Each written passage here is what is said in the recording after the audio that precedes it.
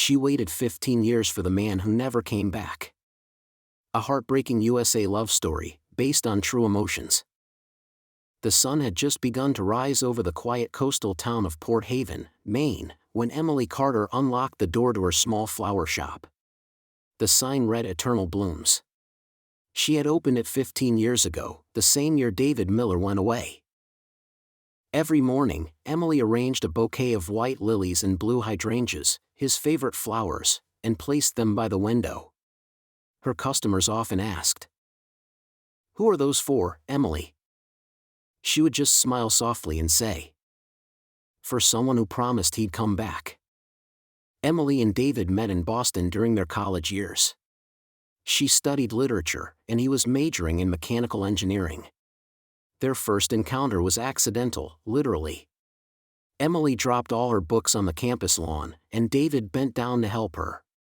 Their hands brushed, and she laughed nervously. "You should be careful with those, they look dangerous," he joked, pointing to her stack of poetry books.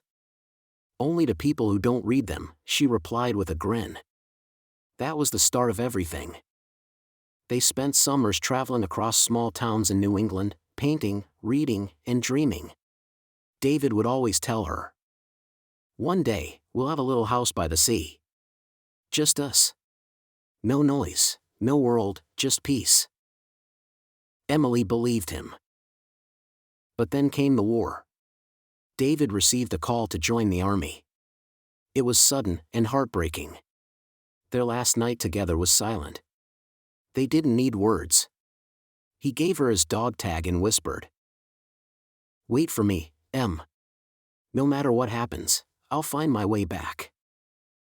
The first few months were filled with letters, every week, without fail. He wrote about the stars he saw at night, how he missed her voice, how he dreamed of her smile. Then one day, the letters stopped. Weeks turned into months. Months turned into years. Emily wrote hundreds of letters, but none were ever answered. People told her to move on.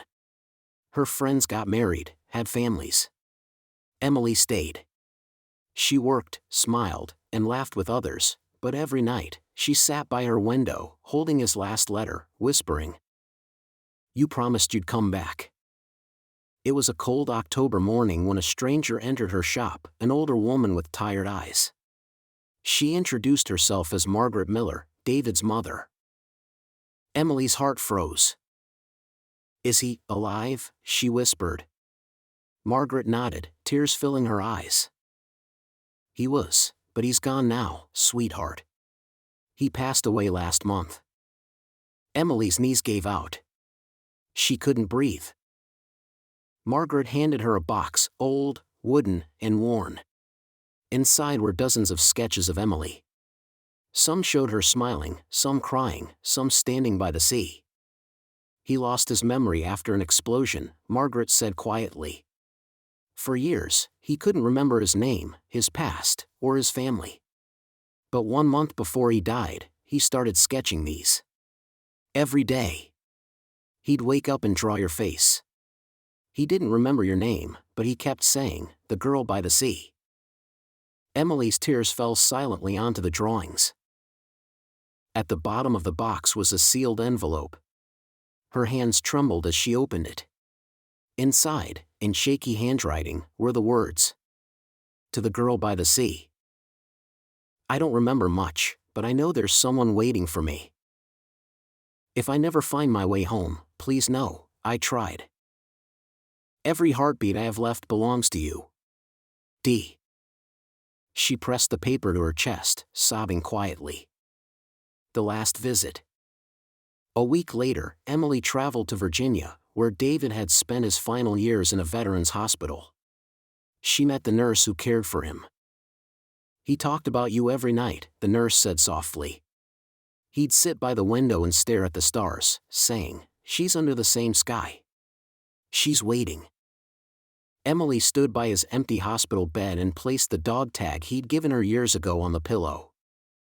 "You found your way back, David," she whispered. "Even if it took a lifetime." The ending. Back in Maine, she closed her flower shop early that day and walked to the beach, the one they always dreamed of living beside. The sunset burned gold across the water, and the air smelled of salt and rain. She sat down, clutching the letter, and whispered into the wind. "I waited 15 years, and I'll wait 15 more if it means I'll see you again." A single white feather drifted down from the sky, landing beside her. She smiled through tears. Maybe it was just the wind. Or maybe it was him.